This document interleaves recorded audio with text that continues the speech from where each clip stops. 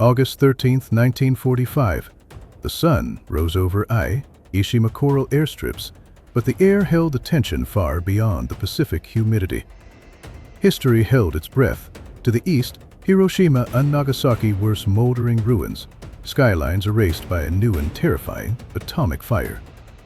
In Tokyo deep bunkers, Emperor Hirohito was locked in a desperate debate with his war council, teetering on the razor edge of surrender. The Second World War, that great global convulsion, was technically, in its final heartbeats, the pulse of conflict fading. Yet thousands of miles away, in the skies over the Korean peninsula, the war was not ending with a whimper, but with a violent scream.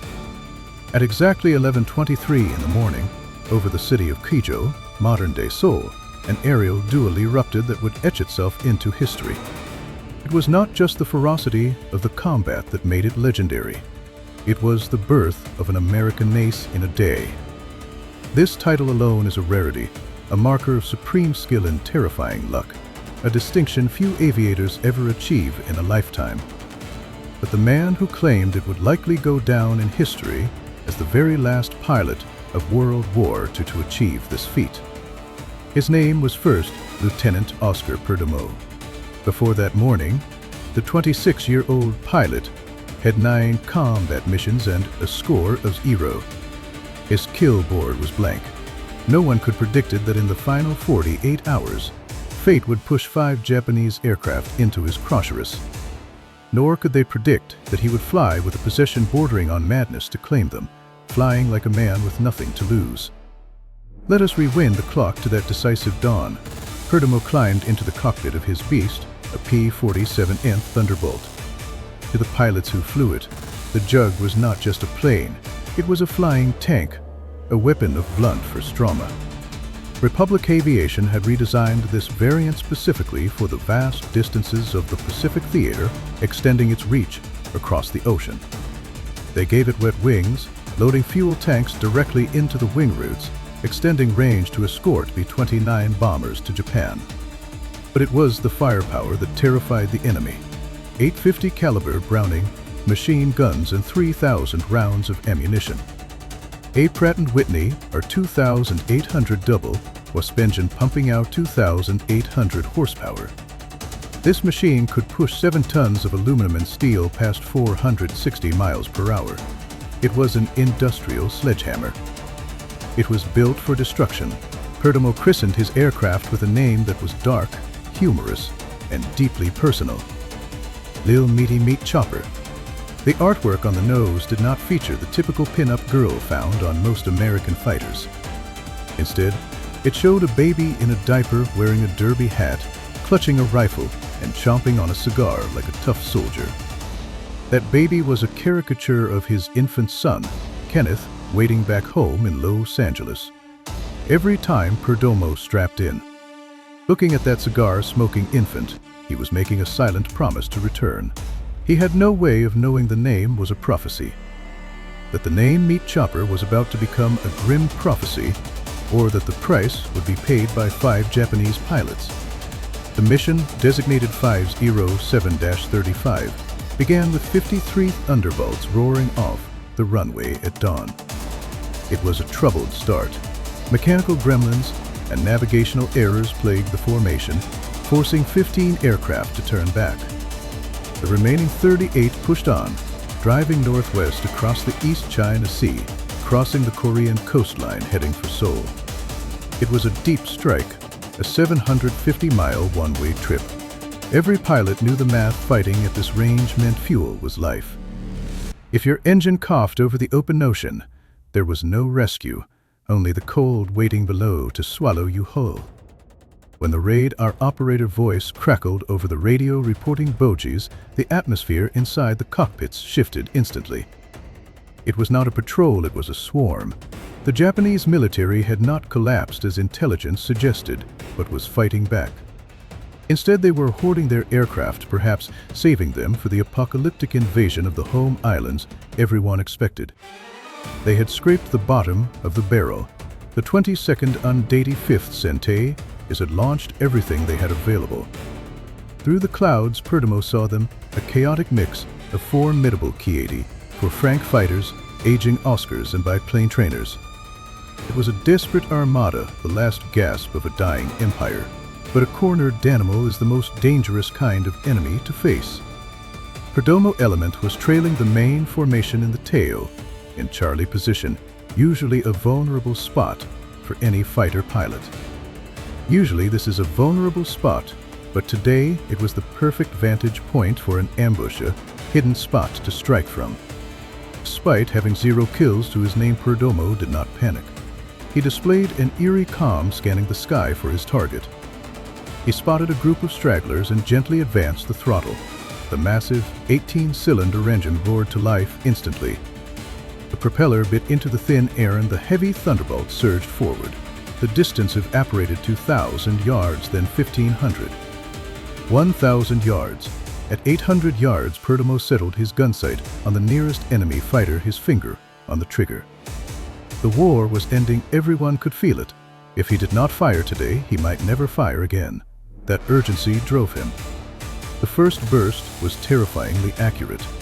The Japanese pilot in the Ki-84 Frank likely never saw the attack coming. The armor-piercing incendiary rounds from the Thunderbolt did not just hit the plane, they dismantled its lacing through metal. Black smoke erupted, followed by a violent flash. In a heartbeat, a young man and his machine were converted into falling debris, tumbling toward the Korean landscape 8,000 feet below. It was Perdomo's first kill, but he did not celebrate. He did not even blink. Because the moment the first plane exploded, his eyes were already locked on the second target.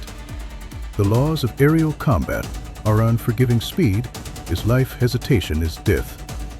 Flying a plane as heavy as the P-47, Perdomo did something that defied physics. He did not pull up. He used the Jug legendary diving mask to drop like a meteorite, cutting inside the turn of the second enemy. The Japanese pilot tried to break rightist and a defensive maneuver, but against the sheer velocity of the American fighter, it was useless. The 8 Brownings roared again. This time, the stream of lead sawed through the enemy fuselage. Perdomo watched as the wing sheared off, the fuel tanks ignited, and the second plane spiraled down in flames. 2 kills in less than 60 seconds. The efficiency was brutal. The sky had dissolved into a chaotic furball of 38 American and 50 Japanese planes, a tapestry of smoked rails and tracers. A third Japanese pilot, witnessing the instant obliteration of his wingman, made a fatal error. He tried to dive away.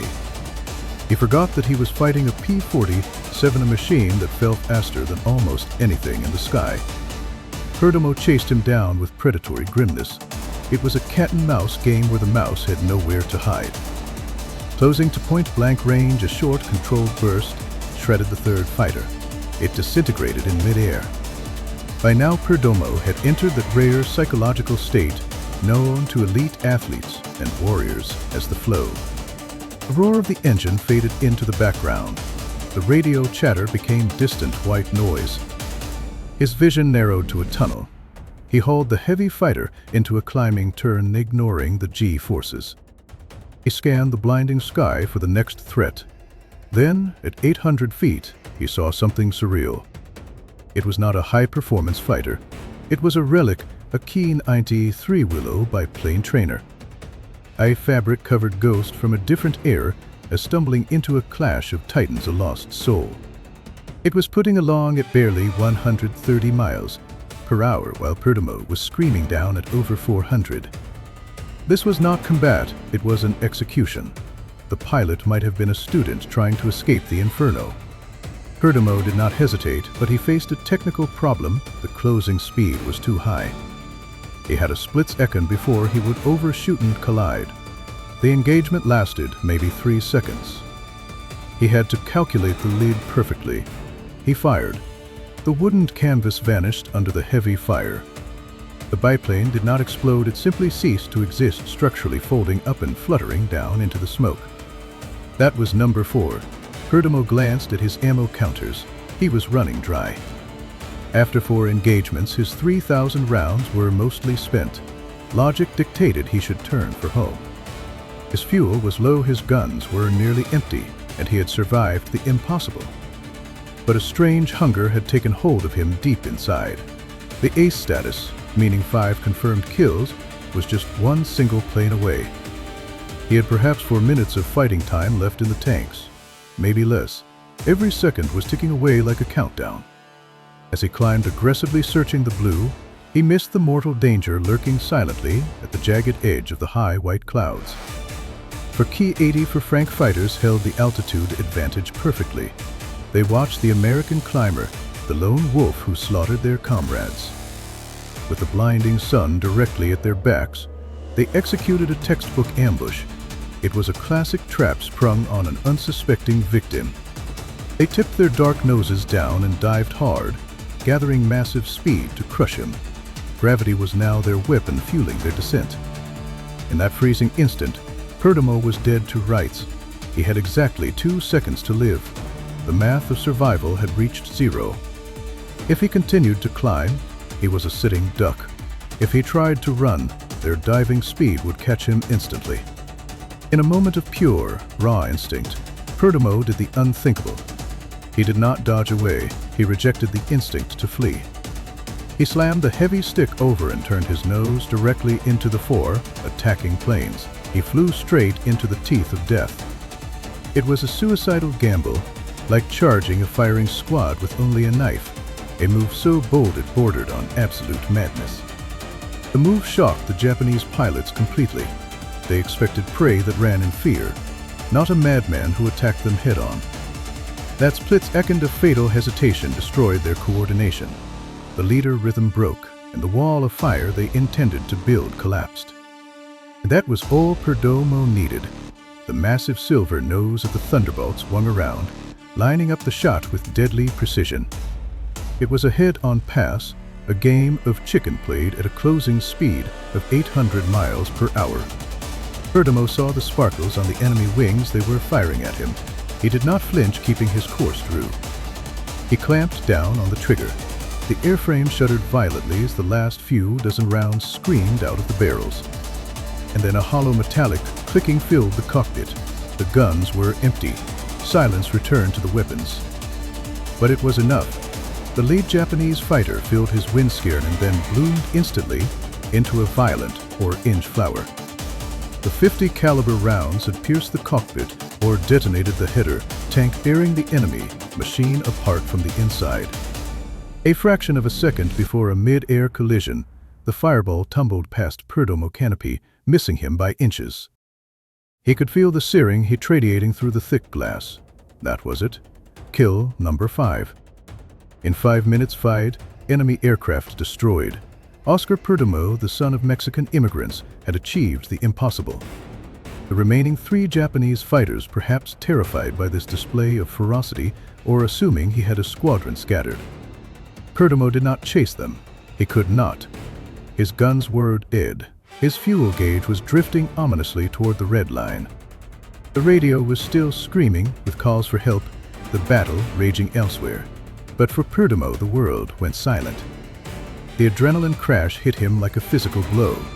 He looked at his panel and saw the nightmare scenario: low fuel. He was 750 miles from home. Below him lay only the unforgiving ocean. No landmarks, no alternate fields. No rescue ships. If his navigation was off by a degree, or if his engine had taken shrapnel, he would become a statistic. Moments ago, he was a god of war. Now, he was a miser hoarding every drop of gasoline like gold. He adjusted the propeller pitch, lowered the RPM, and leaned the fuel mixture until the engine barely purred to save gas. It was a different kind of battle now, not of reflexes, but of endurance against the elements. He looked down at the nose of his plane, at the painting of the baby with the cigar. Kenneth was waiting. The thought became his anchor, keeping him focused as he stared at the endless blue horizon. But this is only half the story. When the coastline of Ishima finally appeared, he thought the war was over. He was wrong.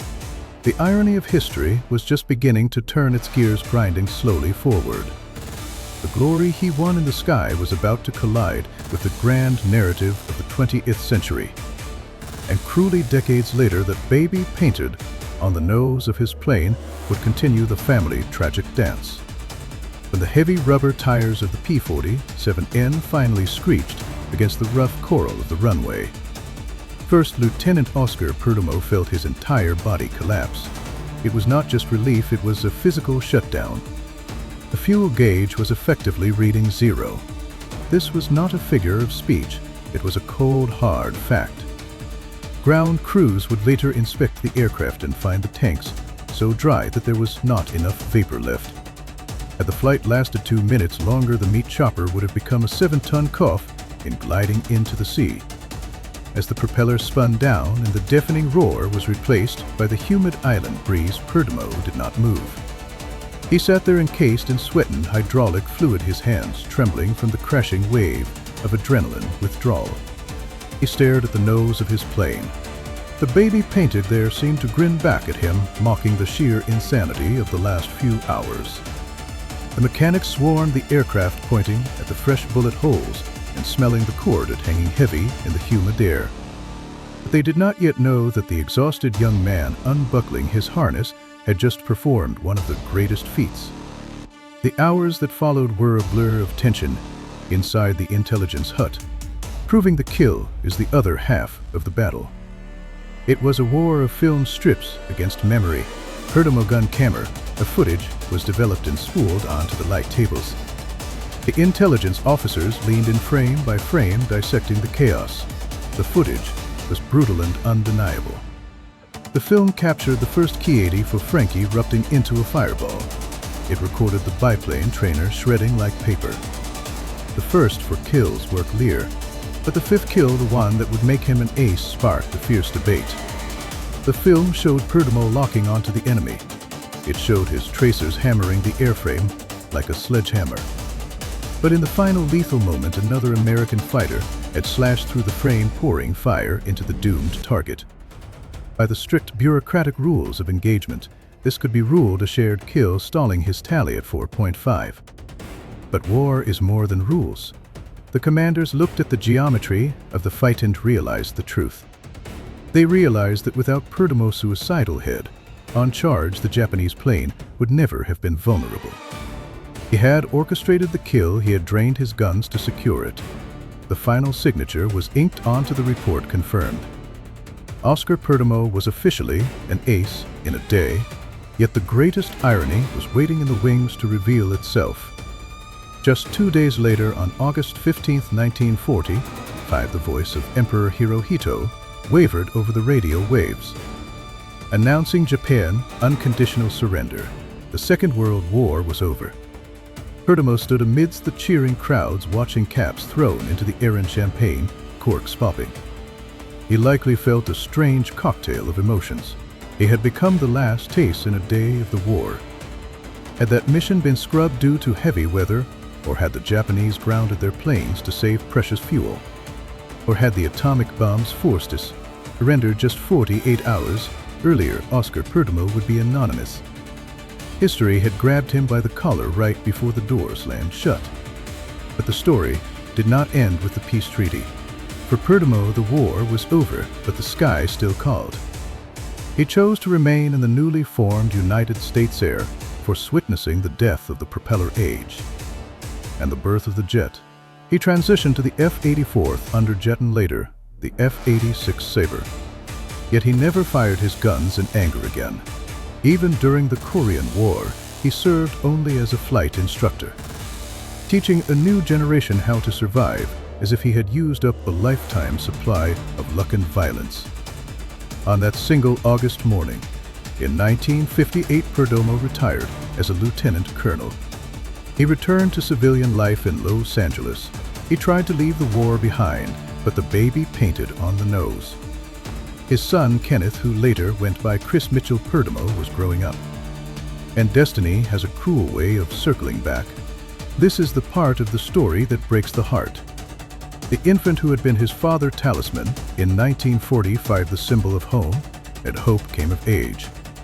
He grew up hearing the legend of the meat chopper. He saw the photos. Something in his blood called out to the service. When the Vietnam War escalated, Chris made the same choice. But he did not become a fighter pilot soaring high above the clouds. He became a door gunner. On a UH-1 Huey helicopter, it was a gritty, vulnerable, terrifying job flying low over the jungle canopy. A prime target for small arms fire. On May 5, 1970, over a patch of jungle in South Vietnam. The calendar completed a tragic cycle. It had been exactly 25 years since his father's legendary flight. Chris' helicopter was on a mission when it took heavy ground fire. There was no miracle this time. No last ace luck. The helicopter was hit and exploded. Chris Mitchell Perdomo, the boy from the nose art. The reason Oscar had fought so hard to come home, was killed in action. When the casualty notification officer knocked on the door in Los Angeles, Oscar Perdomo was shattered. He had destroyed 5 enemy aircraft in minutes. He had dodged flak and zeros. He had survived the impossible odds of the Pacific Air War, but he could not protect the child. The child whose image he had carried into battle. The war had closed a loop across to generations. The father became a hero at the very end of his war. The son became a casualty in the endless churn. The grief hollowed him out. Oscar Perdomo withdrew into himself. The distinguished service crossed the framed combat reports the photos of the P-47. They all seemed heavy, meaningless in the shadow of his son's death. The vibrancy of the last ace faded. 6 years later, in 1976, Oscar Perdomo passed away. He was only 57 years old. Some said it was the physical toll of those high G turns and the stress of combat that caught up with him.